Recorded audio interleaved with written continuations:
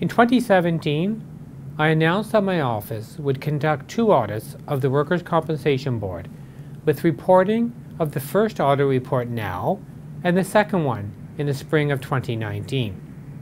This first audit report presents my office's conclusion on 2 key questions.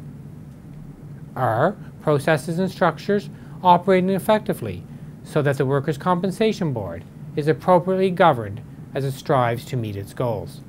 And secondly, does the board have a plan for the long-term fiscal health and sustainability of the board, and does it set rates accordingly?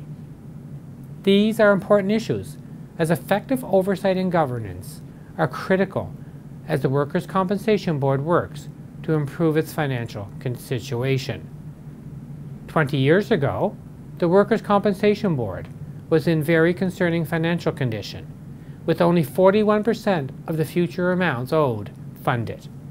This meant the money to pay past liabilities would have to come from future ratepayers.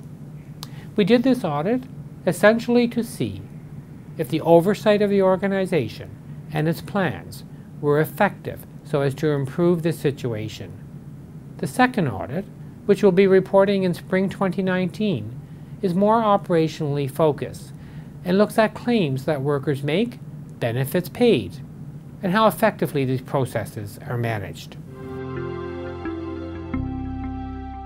There are 2 key conclusions in this first audit that I want to share with Nova Scotians. Firstly, the results were positive in terms of the Workers' Compensation Board having the structures and processes in place so that the Board of Directors can effectively govern and oversee the organization. This included having the expected processes in place, such as strategic planning, goal setting, monitoring, and evaluation.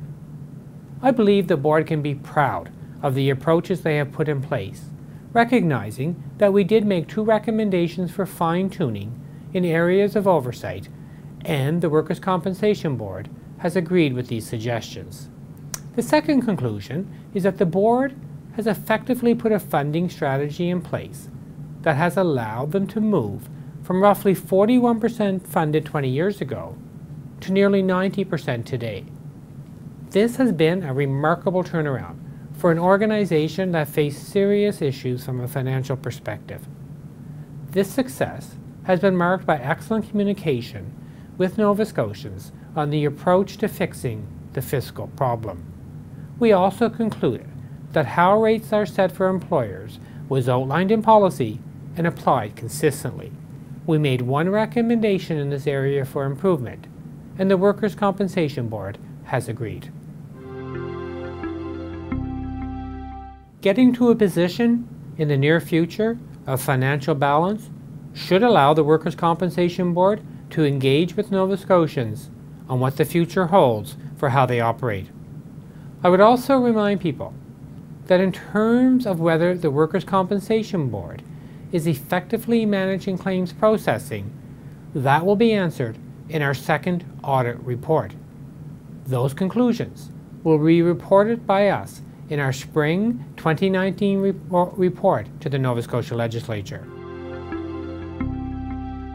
I will leave you with some questions you may wish to ask related to our audit of the Workers' Compensation Board.